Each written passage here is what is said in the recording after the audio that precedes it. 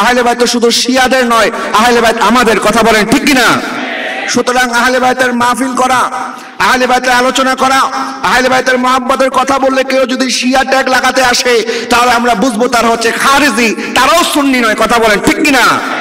আর সাহাবে কেরামকে যারা গালাগালি করবে, মন্দ বলবে, তাদের সমালোচনা করবে, এরাও কোনো সুন্নি নয়, এরা শিয়া, এটাও আমরা পরিষ্কার করতে চাই। প্রিয় হাজরিন, আল্লাহ সুবহানাহু ওয়া তাআলা এই আয়াতের মধ্যে আহলে বাইতের প্রেম ভালোবাসা কতটুকু হওয়া দরকার এবং তাদেরকে আল্লাহ সুবহানাহু ওয়া তাআলা পবিত্র করবেন, সমস্ত নাপাক থেকে আল্লাহ পাক তাদেরকে পুত এবং পবিত্র রাখবেন, এই বিষয়ে আল্লাহ সুবহানাহু ওয়া তাআলা ঘোষণা করেছেন। এবং উলামায়ে কেরাম এই আয়াতের উপরে আলোচনা করে, গবেষণা করে ওনারা রায় দিয়েছেন আহলে বাইত কারা। আহাল শব্দের অর্থ হচ্ছে যারা বসবাস করেন, বাইত মানে ঘর, মানে ঘরের বাসিন্দা যারা, তাদেরকে বলা হয় আহলে বাইত। আহলে বাইত তিন ধরনের। নবীজি সাল্লাল্লাহু আলাইহি ওয়াসাল্লাম সহিহ মুসলিমের মধ্যে আছে, নবীজি সাল্লাল্লাহু আলাইহি ওয়াসাল্লাম ইরশাদ করেছেন, তারাকতু ফিকুমুস সাকানাইন, আমি তোমাদের কাছে দুইটা জিনিস রেখে যাচ্ছি, একটা হচ্ছে কিতাবুল্লাহ, আল্লাহর কোরআন, আর একটি হচ্ছে ওয়া ইতরাতি, আমার পরিবার।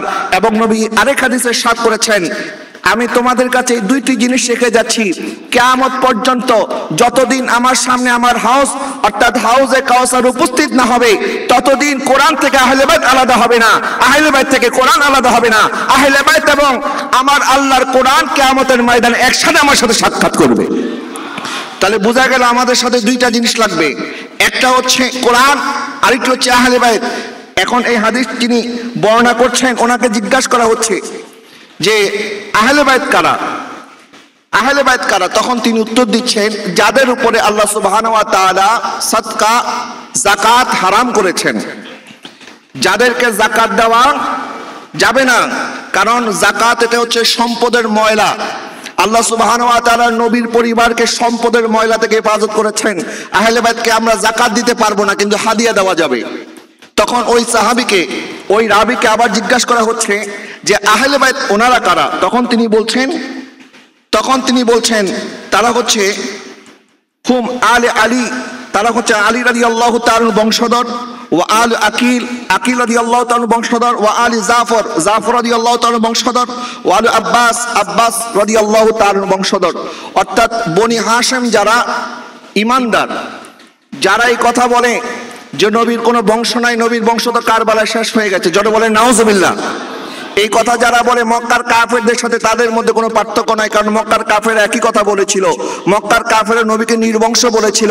আল্লাহ পাক বলে ইন্না শানিয়াকা হুয়াল আবতার, হুজুর আপনি নির্বংশ নন, বরং আমার নবীকে যারা নির্বংশ বলবে তারাই হচ্ছে নির্বংশ, কথা বলেন ঠিক কিনা? আহলে বাইত এখনো আছে কি আছে না? নবীর বংশ এখনো আছে কি আছে না? আছে। শুধুমাত্র হযরত আলী রাদিয়াল্লাহু তাআলা আনহুর বংশধর যারা, ওনারা যেমন আহলে বাইত, হযরতে আকিল, হযরতে আব্বাস, হযরতে জাফর রাদিয়াল্লাহু তাআলা আনহু, ওনাদেরকে আহলে বাইতের অন্তর্ভুক্ত করা হয়েছে। এবং নবীজির স্ত্রীগণ যারা উম্মাহাতুল মুমিনিনগণ, ওনারাও আহলে বাইতের অন্তর্ভুক্ত। তবে বিশেষভাবে নবীজি সাল্লাল্লাহু আলাইহি ওয়াসাল্লামের উপরে যখন এই আয়াত নাযিল হয়েছে, ইন্নামা ইউরিদুল্লাহু লিইউযহিবা আনকুমুর রিজসা আহলাল বাইতি ওয়া ইউতাহিরাকুম তাতহীরা, আপনারা এই হাদিস জানেন। আমার নবীজি একটি চাদর মোবারক নিলেন, ওই চাদর হযরত ফাতেমা রাদিয়াল্লাহু তাআলা আনহা, হযরতে আলী রাদিয়াল্লাহু তাআলা আনহু, হযরত ইমাম হাসান রাদিয়াল্লাহু তাআলা আনহু, হযরত ইমাম হুসাইন রাদিয়াল্লাহু তাআলা আনহু, এই চারজন কিনে আমার নবী আল্লাহর দরবারে দোয়া করলেন, আল্লাহুম্মা হাউলাই আহলু বাইতি, আল্লাহ এরাই হচ্ছে আমার আহলে বাইত। তাহলে বোঝা গেল ইমাম হাসান, ইমাম হুসাইনের বংশধর যেটা, এটাই আমার নবীর পরিবার, কথা বলেন ঠিক কিনা? ইমাম হাসান, ইমাম হুসাইন রাদিয়াল্লাহু তাআলা বংশধর কিয়ামত পর্যন্ত থাকবে। আরেকটি হাদিস আমার নবীজি সাল্লাল্লাহু আলাইহি ওয়াসাল্লাম ইরশাদ করেছেন, আমার উম্মতের উপর একটা ফিতনা আসবে কিয়ামতের পূর্বে, আদম আলাইহিস সালাম থেকে শুরু করে কিয়ামত পর্যন্ত এমন মহা বিপর্যয়, মহা ফিতনা আর আসে নাই। সেই ফিতনা হচ্ছে দাজ্জালের ফিতনা। আর ওই দাজ্জালের ফিতনা থেকে উম্মতকে বাঁচানোর জন্য একজন মহাপুরুষ আল্লাহ সুবহানাহু ওয়া তাআলা আমাদের মাঝে প্রেরণ করবেন। আমার নবী ইরশাদ করছেন, সে হবে আমার কন্যা ফাতেমা, তার সন্তান হাসানের বংশধর। সুবহানাল্লাহ বলেন। তিনি হচ্ছেন ইমাম মাহদি এবং তিনি একজন আওলাদ রাসূল হবেন। তাহলে বোঝা গেল আওলাদ রাসূলের এই ক্রমধারা আমার নবীর বংশ কিয়ামত পর্যন্ত থাকবে, কথা বলেন ঠিক কিনা?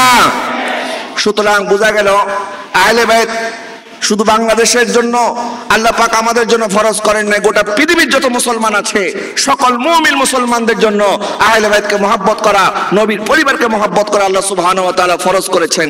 তো আমি যে কথাটা বলতে চাই, কারবালার ময়দানে ইমাম হুসাইন রাদিয়াল্লাহু তাআলা আনহুর শাহাদাত এবং সেই শাহাদাতের মাধ্যমে হযরত যাইনুল আবেদিন রাদিয়াল্লাহু তাআলা আনহুকে আল্লাহ সুবহানাহু ওয়া তাআলা কুদরতিভাবে হেফাজত করেছেন। কারণ উনি চলে গেলে হবে না, বরং আমার নবীর রক্ত কিয়ামত পর্যন্ত এই জমিনে যখন রক্ত দেওয়ার সময় আসবে, যখন উম্মতকে বাঁচানোর সময় আসবে, তখন উম্মতের মাসি হিসাবে, উম্মতকে বাঁচানোওয়ালা হিসাবে আল্লাহ সুবহানাহু ওয়া তাআলা যুগে যুগে নবীর বংশধরদেরকে বিশ্বের বিভিন্ন জায়গায় প্রেরণ করেছেন।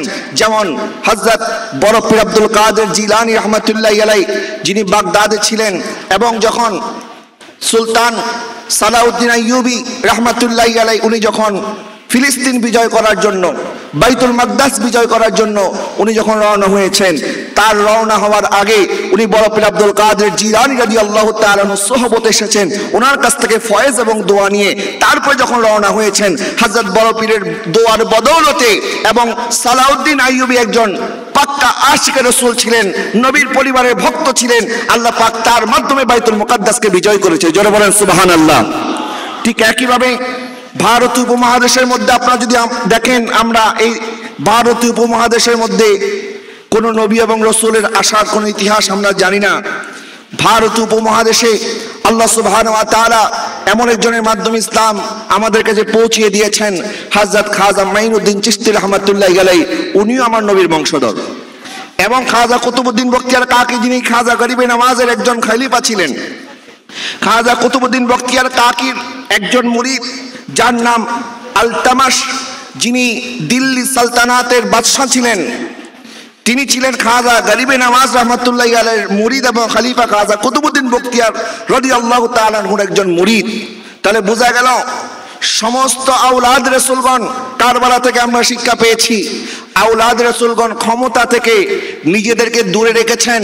ওনারা চাইলে ক্ষমতায় বসতে পারতেন, কিন্তু ক্ষমতা ওনাদের কদমে চুম্বন করেছে, ওনারা কখনো ক্ষমতার মুহতাজ ছিলেন না। কথা বলেন ঠিক কিনা? কারণ ওনারা যদি চাইতেন, কারবালা ইমাম হুসাইন রাদিয়াল্লাহু তাআলা যদি চাইতেন, ইয়াজিদ ইমাম হুসাইনের সাথে যে জুলুম করেছে, যে জবর করেছে, ইমাম হুসাইন কি সেখানে নিজের চেয়ারের জন্য গিয়েছেন, ক্ষমতার জন্য গিয়েছেন, মসনদের জন্য গিয়েছেন? না, বরং ওনারা ইসলামকে জিন্দা করার জন্য গিয়েছেন। কথা বলেন ঠিক কিনা?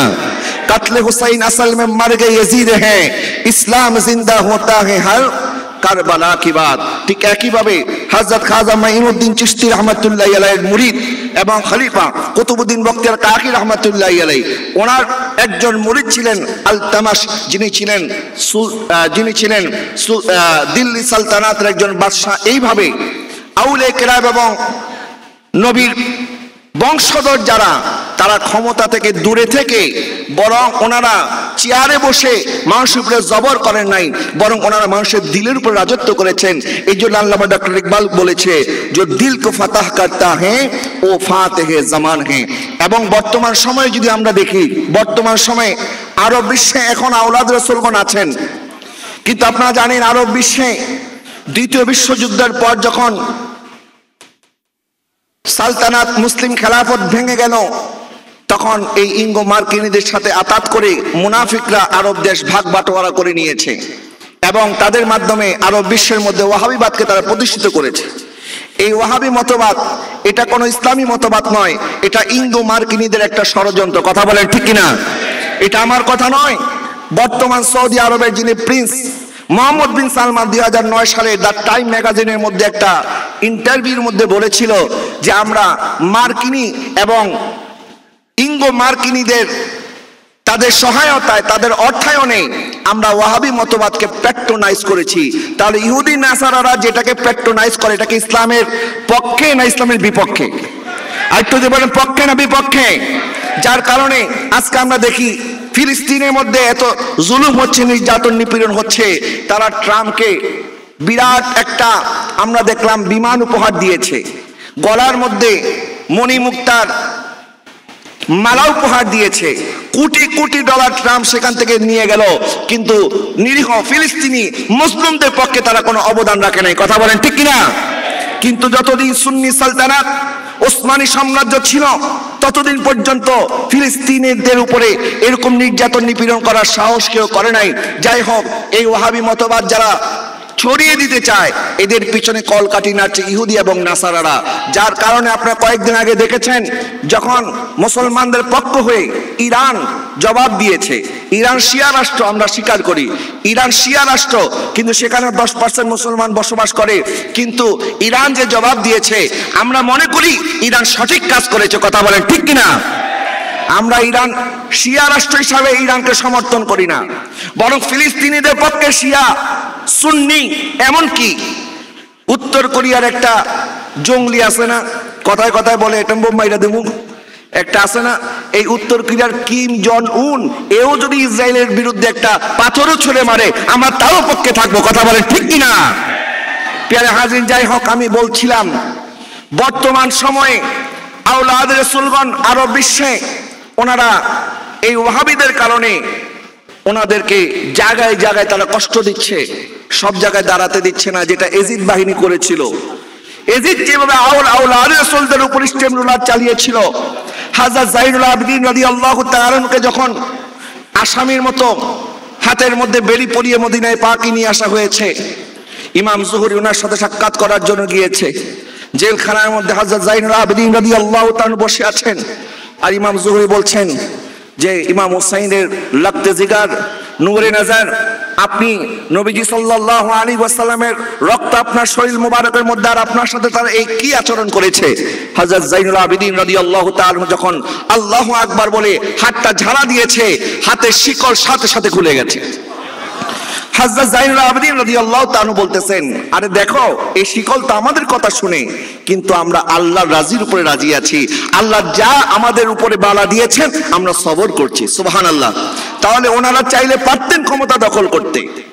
বর্তমানে আওলাদ রাসূলদের মধ্যে যারা আরব বিশ্বে খিদমত করছেন, আপনারা জানেন হযরত মুহাম্মদ শেখ আলবী আল মালিকি রাহমাতুল্লাহি আলাইহি যিনার ওফাত হয়েছে এবং যার জানাজার মধ্যে লক্ষ লক্ষ মানুষ অংশগ্রহণ করেছে, তার বংশধর এখনো মক্কাতুল মুকাররমার মধ্যে ওনারা খিদমত করছেন।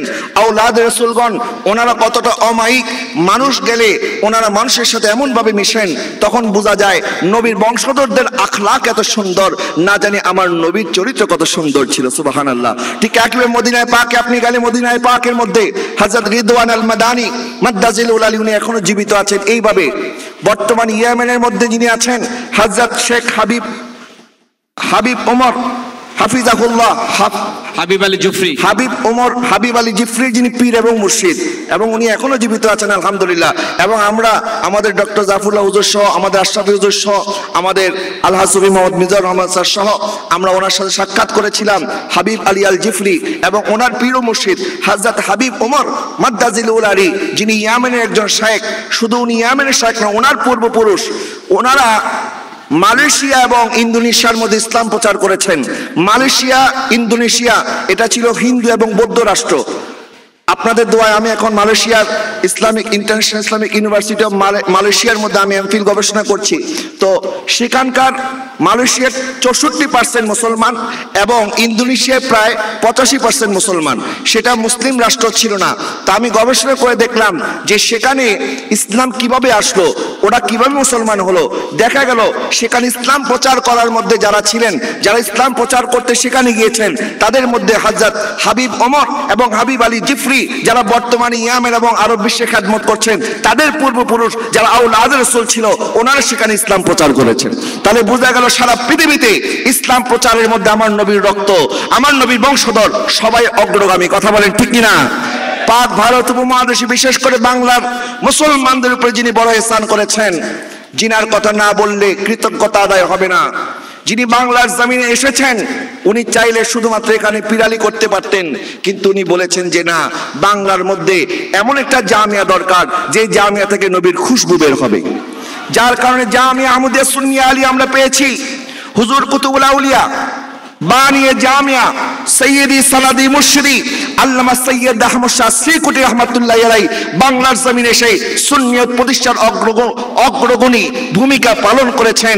আজকে জামিয়া যদি না হতো তাহলে আমরা সঠিক সুন্নিয়তের চর্চা প্রাতিষ্ঠানিকভাবে করতে পারতাম না। কথা বলেন ঠিক কিনা? তাহলে এইভাবে যদি বলতে যাই